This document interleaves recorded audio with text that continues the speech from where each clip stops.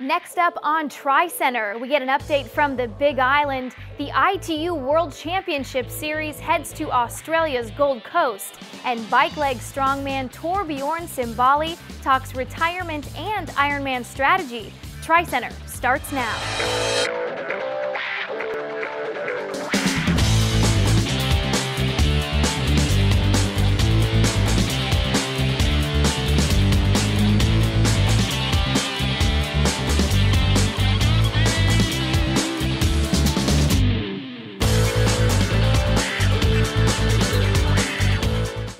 Welcome back to TriCenter. I'm Ann Westling, and just 1 month from now, the triathlon world will turn its attention to a famed stretch of road on the barren and windy side of Hawaii's Big Island for the Ford Ironman World Championship. Lindsay Corbin and the Life Sport crew were some of the first pros to arrive in Kona last week. Lindsay's on the phone, so let's go straight into a Big Island update. Hi Lindsay, so you're already in Kona. Why so early? Hi Ann, thanks for having me, and yeah, I am. I just got to Hawaii on Friday, and I'm glad to be back here, and last year I came out early before the race, and it worked really well for me, so I decided to come back early this year as well, and I think it's just advantageous for me personally because there's a lot of difficult conditions that the island provides along with the course, and so it takes my body a little while to adapt to the heat and the wind and those kind of things. So just being out here early and spending time on the course, and I do a lot of my training just by myself, so it's just me out there in the lava fields, and there's definitely a spiritual sort of feeling that goes on here, and so just becoming sort of one with the island and learning to deal with the conditions and what it's going to be like on race day just has worked really well for me, so I wanted to replicate that this year again. So what's the scoop? Who else is on the island with you? Yes, well, Kona's a very small town, and so I noticed this last year, and it's already the same this year, that each day when a new professional athlete arrives to train, or even the age group athletes, it doesn't take long to notice that a few more people are in town. And so on my way in from the airport, I saw the Chris McCormick Torenzo Bazone train, and so they're here training with Tim Marr. And what about you? When will you start to taper? Yeah, I'll start tapering about 2 weeks before the race. So I came out here early enough that I can get in, a good couple weeks of hard workouts and some hard sort of Ironman simulation type training days. And definitely 2 weeks out from the race, I'll really start cutting back on the long distance training, but I'll try to keep up with the intensity. And then I just try to start watching my diet a lot more and make sure I'm in bed quite early, and which pretty much happens now while I'm training anyways. But yeah, and so that's about it. No super big secrets from me. Thanks for the call, Lindsay. We'll talk to you soon. In even bigger news from an even bigger island, Australia's Gold Coast will play host to the Dextro Energy ITU World Championship Grand Final this weekend. The Grand Final will cap off the 7-stop series of Olympic distance events and determine the 2009 ITU World Champions. 21-year-old Brit Alistair Brownlee is clearly in control of the men's point race after winning 4 series stops, including Madrid, Washington, D.C., Kitzbühel, and Hamburg. On his heels and still in contention for the overall title is Spain's Javier Gomez. Gomez sits just 351 points behind Brownlee going into the final.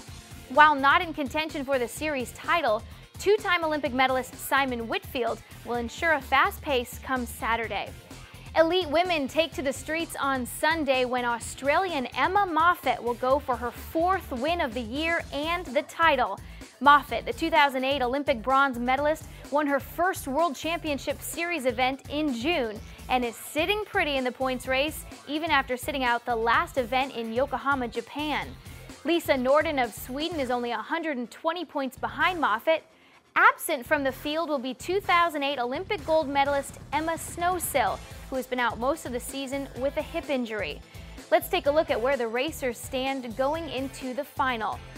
Following Brownlee and Gomez in the men's race are Chris Gemmell of New Zealand, Mike Petzold, and Laurent Vidal.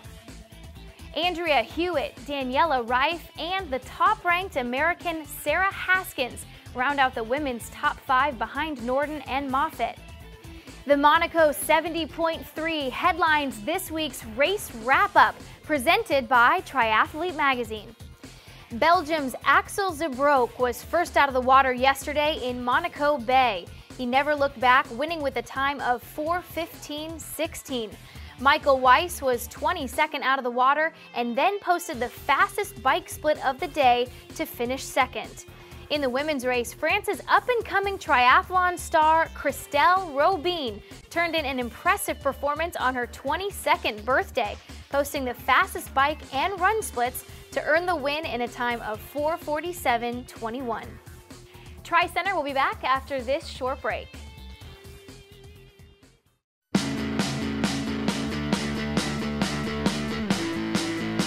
The inherent value of a Range Rover Sport easily handles the ups and downs of sand, mud, and the economy.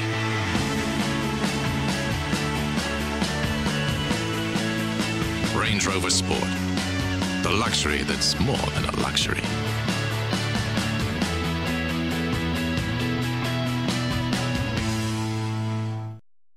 Tri Talk is the segment where we tackle questions from viewers like you. To submit a question to the show, send a short video clip to tritalk@competitorgroup.com. This week, Triathlete magazine editor Brad Culp dishes out fitness tips and compares component groups.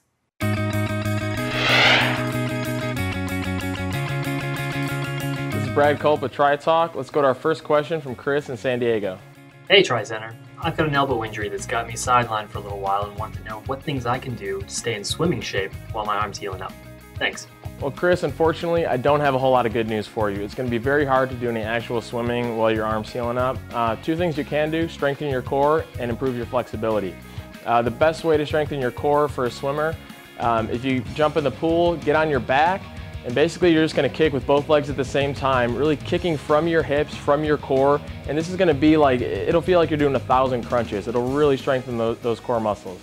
The other thing you can do, stretch a lot. Talk to a yoga instructor, talk to a coach, someone who knows a lot about flexibility training, and just do whatever you can, stretch as much as you can to improve your range of motion. That way when you get back in the pool, you'll have better range and you'll be swimming better than ever. Hi TriCenter. I'm thinking about changing out my components for next year. Should I go with a Shrem R2C or a Shimano Di2? That's a great question. Two great products that came out in 2009.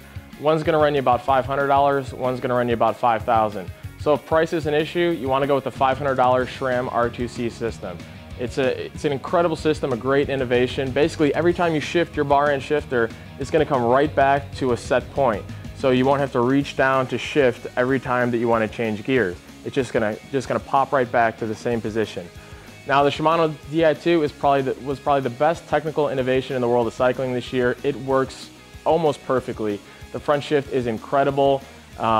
It's fun to ride, it's cool to ride, it'll impress all your friends, but it costs $5,000. So if price is an issue, obviously you want to go with the Shrem R2C. If you just want to have the nicest bike in your group, then Shimano Di2 is the way to go.